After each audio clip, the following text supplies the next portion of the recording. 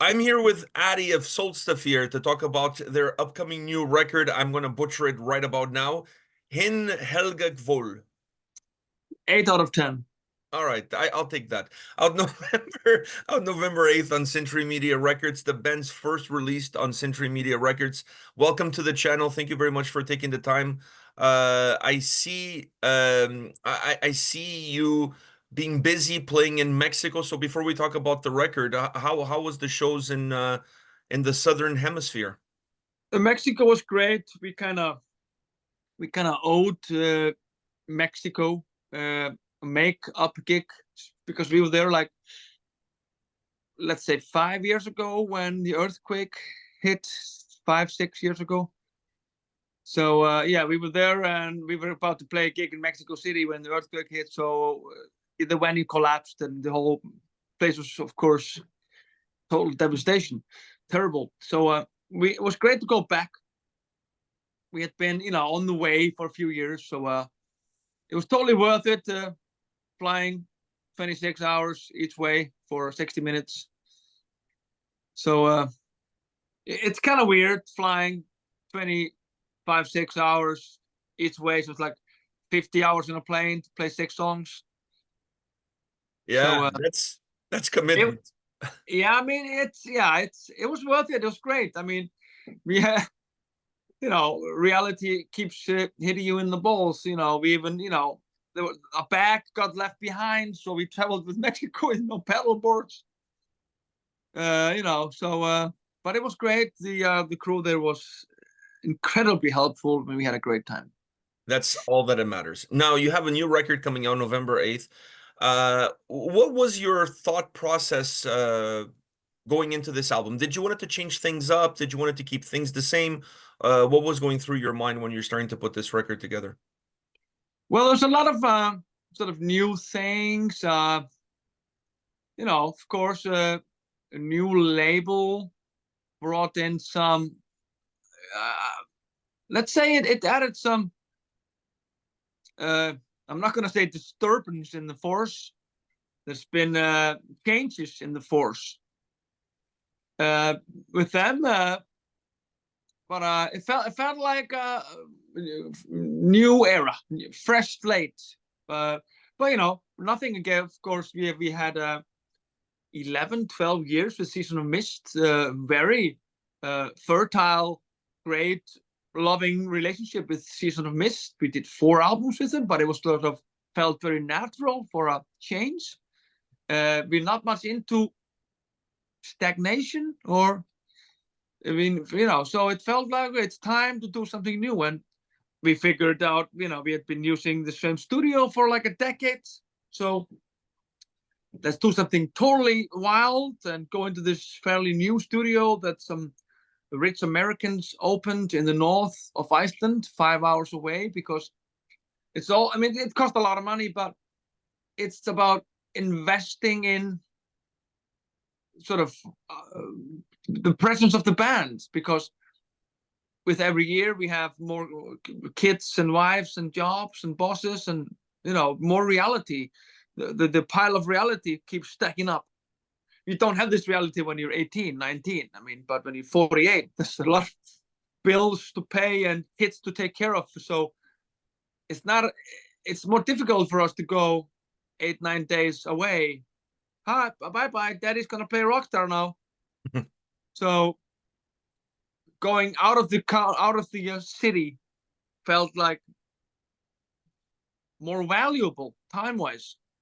So we appreciated that we were there together to working on the album. Great studio. I mean, we it's in a fjord, basically in the middle of nowhere.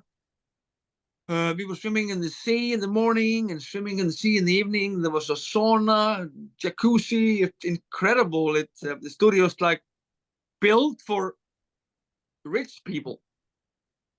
But then they said, you farmers in Iceland, you can use it when it's empty. So we were like, hey, but we paid a lot of money for it. But they were sort of trying to get Icelanders to use it as well, even though it's built for wealthy foreigners, I guess, wealthy people. So it was great being there. I mean, very much, you know, in the countryside, in the wilderness. There was like sheep running around the studio. There's a lot of bird life. So, you know, that was great. One thing we wanted to try is that,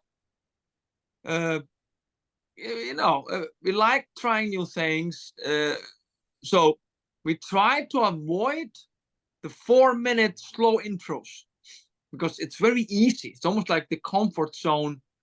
Oh yeah, new song. How about we have like a slow 4-minute build up? It's kind of the comfort zone. We said, okay, let's not take that luxury away.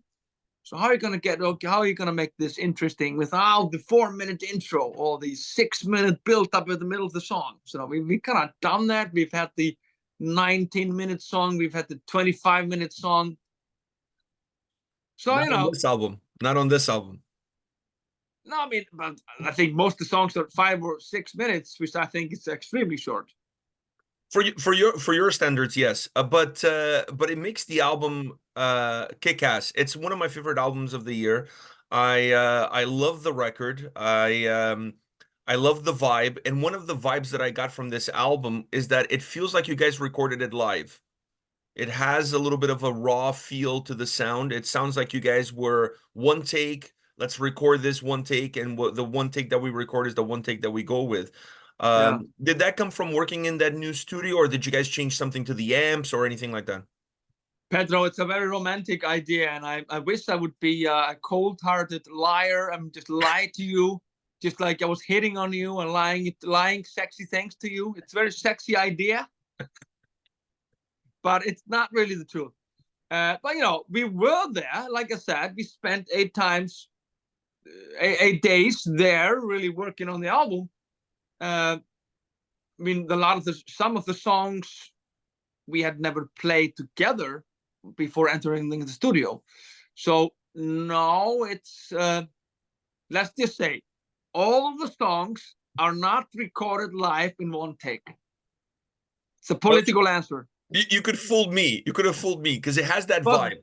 Yeah, I mean, then that's that's the purpose. It's always the purpose to make, first of all, timeless. Secondly, sort of what do you call this? Authentic. What do you call this? Organic sounding album. We don't like in 20 years someone say, oh, they use this fancy technique that everybody was using back in 2023. So it's a more guitar-oriented album. But of course, what you are hearing is there's a stack of 60s, 70s, 80s Marshall amps and Orange amps and Fender amps. So we are cranking very old fucking amplifiers. And that's what you're hearing. We are using a fancy looking old school Ludwig drum kit. So the gear we're using is pretty old. We're not, I'm not going to name drop any new things here, but we like this. That's the romantic thing that maybe you're hearing. We are sticking to those guns, even though we're trying new things. We are, we had a lot of problems with some weird hum or not coming from this, Marshall 70s creamback cabinet, it's only, so, the amplifier kept dying on us. And we were like, how about we use this new amplifier? No. Let's use this one that is giving us total hard time. It's always shutting down. It makes a bad smell and humming. No, let's keep that one. It gives it character. Exactly. That's why we use the motherfucker. It gives it character. The record for me, it really encapsulated what it means to listen to you guys live. I think it's one of the records that you guys have released lately that has that vibe the most. And I think a lot of this record for me, at least my perspective on the album, it encapsulated it felt to me almost like a greatest hits without being a greatest hits. I think you guys took things from every single record you have done, and there's elements of every album on this album. Do you feel that same way? It's very well put. yeah, making a greatest hits album with new songs after 30 years together. It's kind of interesting point. But yeah, I mean, I think, you know, we've never abandoned things. I mean, we've done less of things. We've sort of put them on the shelf. I mean, some brutal stuff or fast stuff, but we've always, people seem to forget, you know, they always look at the albums, but we're a band that plays live. I mean, at a certain point in time, we were doing 200 gigs a year. We were doing, like, you know, a lot of touring. We still do.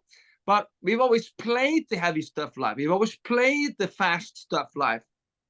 We just haven't been writing maybe fast stuff and heavy stuff recently. But it's always been with us. But we had sort of to step away from it for a while to appreciate it more. And so we were kind of curious. I thought about this. If we would write more fast stuff, let's just say more black metal oriented rock and roll or stuff today. I mean, I'm 48 today. I used to be 18 when we started the band. So we're not the same band.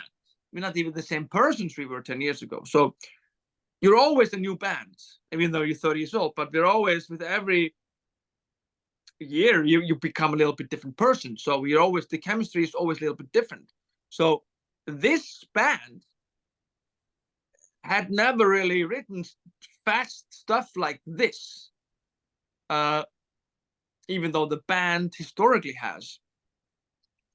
So, you know, we liked, I mean, most albums always have the, you know, dare I say this, the war ensemble, the Scissors in the Abyss, the fast attack song and slow epic song. So we always knew that was going to be the first song, but so yeah, it's I think you're right. There's all sorts of elements there, even though this time we went for a 5-minute blast beat song, like a black metal song, and the end song was a 7-minute saxophone solo song. So it's kind of the extremes still there. Yeah, the eclecticness of the band is still there. I mean, one of the beauties of this record is that from song to song, it's like a different album. There's like so many different textures, so many different sounds. The way you guys are playing with the sounds and the way you guys are approaching even the songwriting perspective, it allows the album to have a lot of different ebbs and flows. But at the end of the Yeah, day, it still yeah. feels like a record. That's, I mean, I remember even, you know, in 2003, 4, we were doing Masterpiece of Bitterness album, and you know, I always looked at it that way. I mean, every song at that time, I felt like an individual. I mean, we're all pretty different, thank God. So all the songs that's always been the point, really, writing the songs. We even for a long time, and we kind of still do, avoid having the same drum beats in next song we write. It becomes very difficult when you are only going to allow yourself to use one drum beat in each song, because there's not 12,000 drum beats in our life. Maybe in some jazz fusion, but not in ours. Can you imagine if AC/DC did all their songs, there's always new drum beat in every song? I cannot imagine. No, I mean, that's sort of we were trying it, but still do it, but it's difficult. So yeah, it's the point has always been each song is a different character. So there has to be, but it's still like in the same league, which is the album. But there are many characters in the same league on this same fucking planet. That's the album. That's exactly how it comes across. I think listening to you guys for a long time, I always feel like with every record, you guys have a chance of redefining who you are at that given moment. Is this album a pure representation of who you are at this moment? I think so. I mean, you know, let's, you know, if it's almost like going out to photograph the weather. It's, you know, and you would measure it. There's always going to be a little bit more moisture or air pressure, whatever, sunshine or temperature, whatever. So if we would have taken all these songs and go tomorrow and record them again, it would be totally different. And if you know, next album is going to be totally different. It's like capturing a glimpse of time. It sounds very pathetic, romantic, whatever, but it is. I mean, it's just like photographing a glimpse of time. But then again, it's not, even though we sort of planned a little bit about how about that skip the 20-minute songs for a reason, because when you play live, you want to be able to play more than 4 songs. And, so not much of this is too much planned, I'm telling you. So it almost like feels that we are, this is very romantic, together as one. And that one unit is a radio antenna.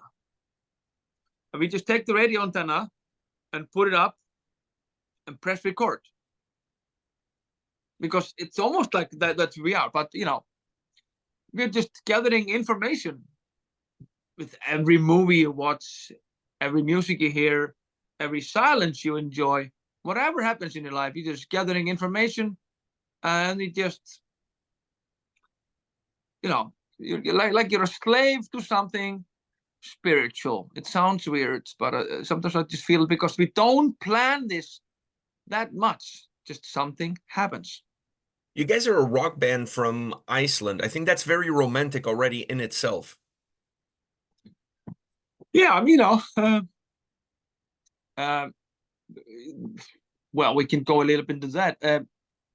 First of all, yeah, we are a rock band. You can't just say that we're only a metal band, because then you would start to think, oh, like Judas Priest or Manowar. No, not really. But rock band. So you're like Alice in Chains or Led Zeppelin? No, not really.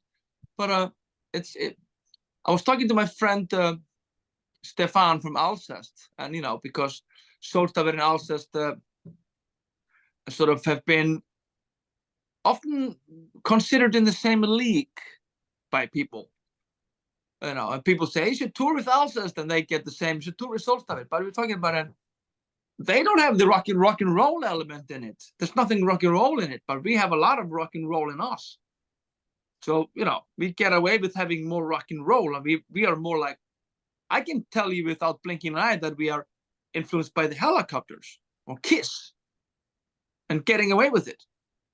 And you said we're from Iceland. I also feel that we're not a rock and roll band from Iceland. We're just from Iceland, because I don't feel Russian. I don't feel Japanese. I don't feel American. I don't feel Spanish or German. I feel very much like here. And then, so I guess we sound Icelandic without, trying to explain it too much. Yeah, just letting the music flow. And speaking of letting the music flow and explaining, I need you to explain something to me, because I sent a message to Thorsten asking him what this meant, and he didn't know, or at least he wasn't sure. And that is one of my favorite songs on the record, Black Raki. Please tell me what you got, Pedro, when you Google translated it. Oh, when I Google Translate, said something about volleyball. Volleyball kid, yeah. Yeah, volleyball kid. But when I asked Thorsten, he said something about black dog. Yeah, well, it's basically a fictional word. It's because you wouldn't find the word in a dictionary as a one word. If you split it up in two, black Raki, it basically means black dog. Raki is another word for hunter, like hound, hunter. But yeah, black Raki is a black dog. Yeah.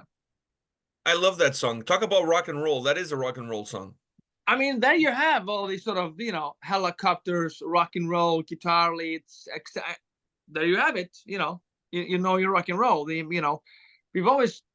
tried to put more rock and roll into some of the songs, and I always feel like we're a rock and roll band. Then I'm singing some heartful stuff in Icelandic that no one understands, and I feel like I'm in AC/DC. And sometimes and then it's but I really like that song, and there's a new video coming out for it, only for you. I love it. I love it. We're gonna check it out because it's one of my favorite songs on the album. And then on the other hand, you have what I consider right now my favorite Sólstafir song of all time, and that's Salu Mesa. Really? I like that song. That song, you guys were able to create a song like the atmospheric side of the band that we've seen in previous records. Perhaps in a 15-minute song, you guys were able to kind of dumb it down into a much shorter version of a longer track. So almost like you created a super deep atmospheric song for kids with attention deficit disorder, Like me. like me. So maybe that's why it resonates with me so much. Yeah, I mean, it's but you're right.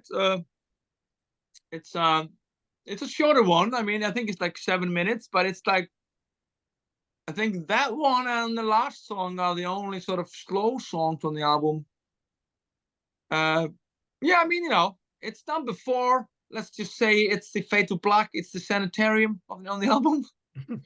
Uh, it, it's it became kind of a special song because uh, this is an old part.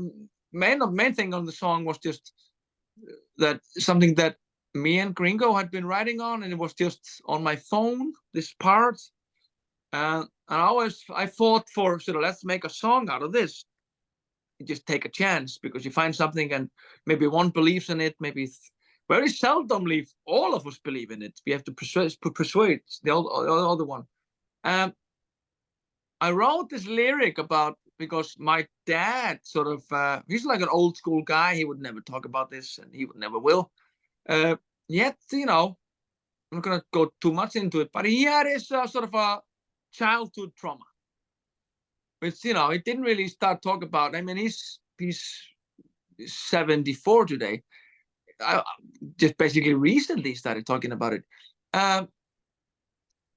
So I just put myself in, if in his shoes, if I was writing it as him, I'm going, it's a metaphor. I'm not talking about anything direct. You would never know what I'm talking about for real. I'm sort of hinting the stuff. So, it's basically about my father's trauma without exposing it too much. Didn't really want to do that. So, yeah. So, it became a quite heartful song.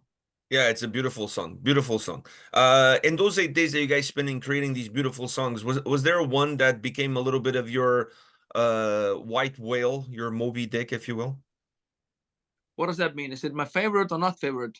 Your most difficult, most challenging one to capture. Ooh, let me think. First song we spent a lot of time on that all together. Second song I mostly wrote alone. Black Raki we did together. Try to capture.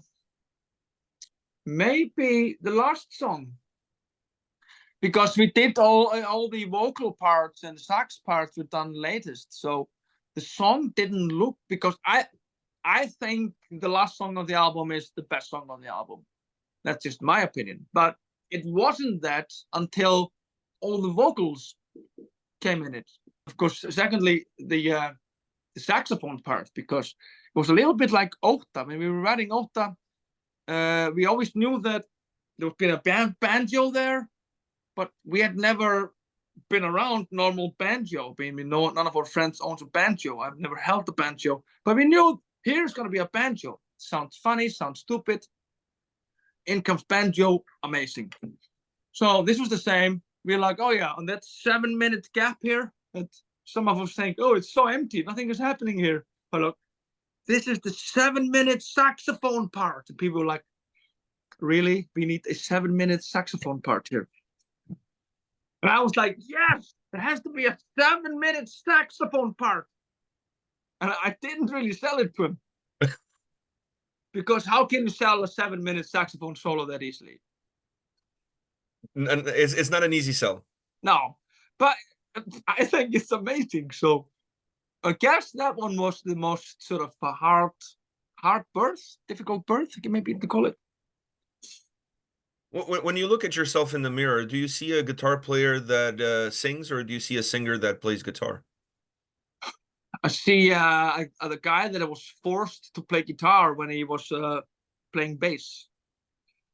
I used to neither really, because I started in my death metal years as a bass player, and then we would always be rehearsing in my dad's garage. So there was also a drum kit in my garage. So in '93, I could already drum. So I became a drummer in a band for like 1 or 2 years in '93. And then we wanted to form a black metal band. And most of the guys didn't want to form a black metal band. So, okay, I'll do it. I'll quit drumming and starting to play guitar. And I don't really feel that, honestly, that I haven't really mastered. I'm not Thráinn from Skálmöld or Yngwie Malmsteen or some guy like that. I can play what I can play in Sólstafir, and that's it. I don't, yeah. So I'm more like a Swiss Army knife in that sense. I can play a little bit of some. I've never mastered anything.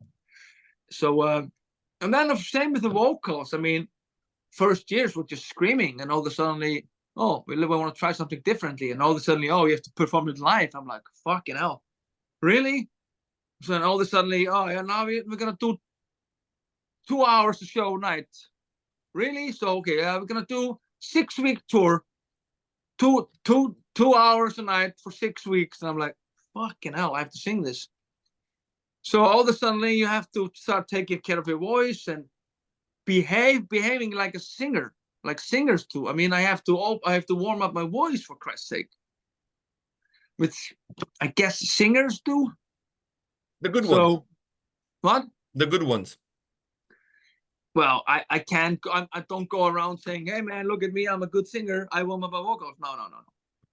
So even though I behave like one, I'm not sure that if it walks like a duck, talks like a duck, it's a chicken. But let me ask you this. I've seen Yeah. you live. I've seen you guys perform live many times. I saw you guys at Inferno this year.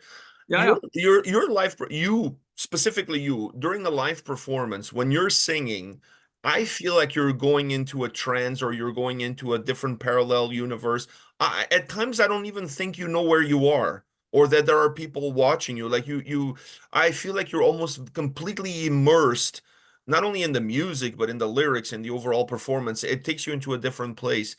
Do you lose track of where you are in that moment and completely lose yourself to your music? I don't know.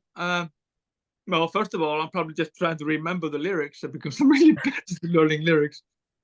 Sometimes I get this like, in 4 seconds, there's a new verse coming. I have no idea how it's going to start. So that can be difficult. But I'm usually singing because my vocal range is quite narrow. I can't. I would be a terrible guy in a type O negative cover band, and I could not be in a Judas Priest cover band. So you only have this, and I'm usually singing the top note that I can. So I made my life a little bit difficult. So I have to push it. I have to sort of, really. I'm not faking it. Probably most singers say, but the whole body needs to help with putting these vocals out. So this is like a technique you have, but and then again, of course, I mean, that's what was sort of the reason why we started singing clean, because it was more personal stuff. Most of these lyrics are very personal, so automatically they become emotional. And when you're singing emotional and clean, and you have to really hit that note, and so I don't know, it's it's very much like a pilot flying a plane. I mean, it just happens. And Yeah. it's beautiful when it happens. I have one last question for you, without naming any names. When I was at Inferno and you guys had just announced that you had signed with Century Media, there were a few voices, very few, that told me that their best years are behind them, their best records are behind them. It is what it is. And then you release this album, which I think it's going to, well, you haven't released it yet, but you will be releasing in November 8th, which I think is your best record to date. I absolutely love this record. Cannot get enough of it. Is this going to be the biggest slap in the face that you've ever given anybody? I don't know about that. I mean, I think, when Ótta came out some people were like, oh, they're too soft, and no, it's not a slap in anyone's face. It's just on getting a new album. I've stopped caring about other people's opinion about this. At least I'm aiming for it. One's opinion doesn't matter more than my opinion in how this album is. If they like it, great. If you don't like it, I really don't care, because some people like a lot of boring bands, and I have no understanding. The funny thing is that, I used to say once that I liked reading bad reviews, because someone says, "Oh yeah, Sólstafir was a really boring band." I'll be really like, okay, interesting. What's a good band?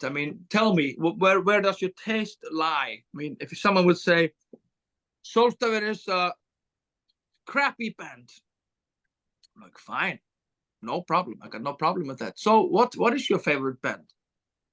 He would probably say like Stained or some band that I can't. Yeah, he would probably, a Sabaton. I love Sabaton. I got nothing against Sabaton. It's just not my cup of coffee. And I'll say it to anyone without being a dick.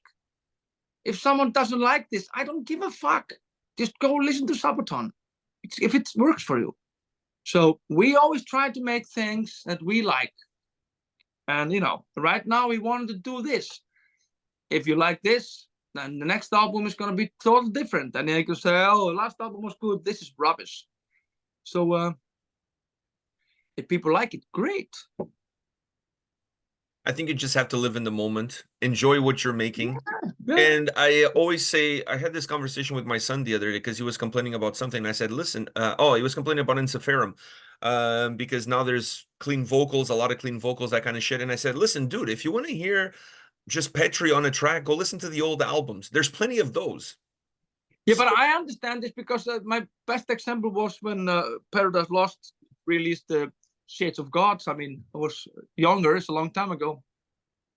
I didn't understand it back then, because I loved Nick Holmes with Gothic and Lost Paradise, and then came Shades of God. I'm like, what is this crap?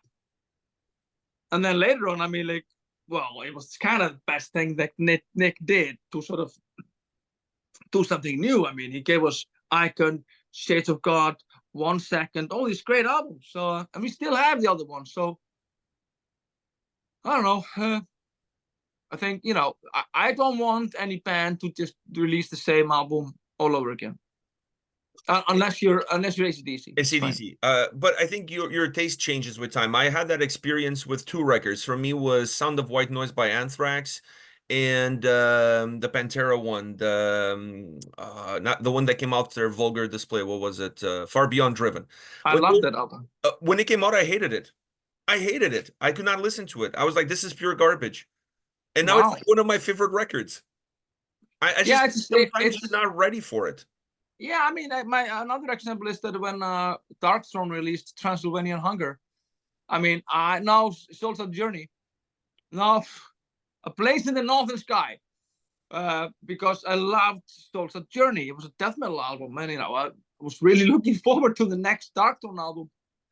And then when A Place in the Northern Sky out, I was like, what the fuck is this crap? I think like 6 to 9 months later, I loved it. I don't know what happened. Something happened. I think you were in a different place. I think where you are mentally, where your state of mind has an impact when you're listening to music. Yeah, I think so. I think so. And you grow as a listener. As you grow as a person, as you grow as an artist, you also grow as a listener. And sometimes the record is just not the right time for you to listen to that specific record. Yeah, exactly. Judas Priest, Firepower. Oof, that's among the Firepower is in the top 3-4 Judas Priest albums. For me, it is, but not the latest one. Incredible. What? Not the latest one. I'm not a fan of the latest one. It's not as good as Firepower. I agree, but Firepower was like, how can you do this? You've been around 50 years. So, it's the best album since Painkiller, and it came out in 1990. I agree with you. It is the best album. It was the best album since Painkiller. And I think maybe that's why I didn't like this new one as much, because the bar with that one went high, really high again. Yeah, And then your expectations for the next one is that they're at the very least going to meet that bar, and anything less than that, it feels a disappointment. yeah. But I still love Judas Priest releasing albums. So yeah, I mean, we're gonna release a lot of albums later on, and people like it, great. They don't, it doesn't matter. That's the attitude to have. Who cares about the haters? Yeah. Addi, thank you very much for your time today. I appreciate you giving me the time as always. Always a pleasure to talk to you.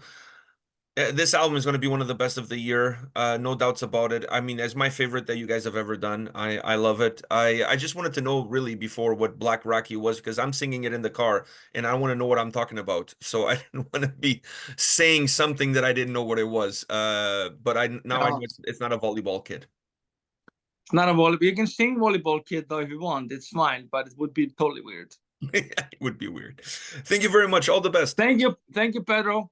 Bye. Cheers, man.